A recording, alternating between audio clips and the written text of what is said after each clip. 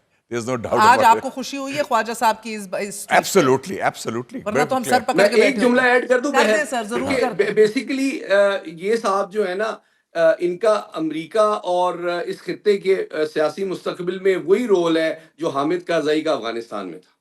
Okay, Donald Trump کی اس tweet پہ آ جائیں, اس پیغام پہ آ جائیں, انکنڈیشنل سرنڈر. سر یہ ریئلسٹکلی سمجھتے ہیں کہ ایران سرنڈر کر جائے گا unconditionally, nothing said nothing done? Is that even possible, It's a Senator fight Saab? to the death. They will fight to the death. Regional proxy networks کی ابھی تک دیکھ لینا کہ آپ اتنی پوری ملٹری ہائی کمانڈ ان کی ناک آؤٹ ہو گئی ہے. بالکل. اندر سے ان کے موساد ایجنٹس ڈرون چلا رہے ہیں. And they are انفلٹریشن دیکھیں سر کہ نیوکلیئر سائنٹسٹ کی گاڑیوں پہ بم لگا دیے, اندر تک اتنے موجود ہیں, وہ لڑ رہے ہیں. And they are fighting it out. تو وہ it's a fight to the death. So what does he want when he says unconditional surrender? Does he know, is this again a miscalculation? Trump کا ہوتا ہے وہ bulb and blister ساتھ ساتھ چلتا ہے. وہ پہلے دفعہ یرکانوے لگاتا ہے, اگر جب نہ آپ مانے تو وہ پیچھے ہٹ جاتا ہے. Trump is not a warmonger. So جس طرح محمد علی صاحب کہہ رہے ہیں کہ time is on Iran side, آپ اتفاق کرتے ہیں اس سے؟ ایبسولوٹلی, ایران میں وہ اسپرٹ ہے. سب سے بڑی بات ہوتی ہے the will and the spirit to fight. آپ میں ہمت کتنی ہے. باقی تو میزائل اور بم بعد میں آتے ہیں نا. سر آپ کو لگ رہا ہے یہ امریکہ براہ راست کوٹ چکا ہے اب اس جنگ میں؟ ابھی امریکہ کے بغیر یہ جنگ ممکن نہیں تھی, لیکن ابھی بھی نیتن یاہو چاہتا ہے کہ امریکہ پوری طرح جنگ میں شامل ہو. اس لیے ایران نے ابھی تک کسی امریکی تنصیبات پر حملہ نہیں کیا. یہ بڑی امپورٹنٹ بات ہے. they are smart enough to know اپنے ٹارگٹس کے حوالے سے. ہاں, انہوں نے بالکل امریکی اثاثے کو نہیں ٹارگٹ کیا, امریکی اثاثے کو نہیں کیا. وہ چاہتے ہیں, ان کو پتا ہے کہ وہ اس وقت اکیلے جنگ لڑ رہے ہیں. اس میں پاکستان نے بڑی سپورٹ کی ہے, کچھ حد تک الجیریا اور ترکی کی بھی ہے, لیکن باقی تو ذرا وہ کہتے ہیں سائلنس آف دا لیمبس وہ ہے. What about Russia and China? نہیں, انہوں نے Russia کیا. has finally spoken up and said کہ ہم لوگ ثالثی کا کردار ادا کرنے کو تیار ہیں, لیکن ہمیں لگ نہیں رہا کہ یہ نہیں. رشیا چائنا نے اصولی موقف اختیار کیا ہے. And China is actually سب سے زوردار موقف پاکستان کا رہا ہے. وہ تو ہے ایبسولوٹلی سر, اخلاقی اور سفارتی سطح پر ایبسولوٹلی. یہ کس حد تک جائے گا, I want to get to that too sir, because یہ کہتے ہیں کہ ایران کے بعد پاکستان ہے. ایسا کچھ نہیں ہے. دیکھو, جو اسرائیل کا بڑا بھائی ہے انڈیا, اس کو ہم نے پھینٹی لگائی ہے.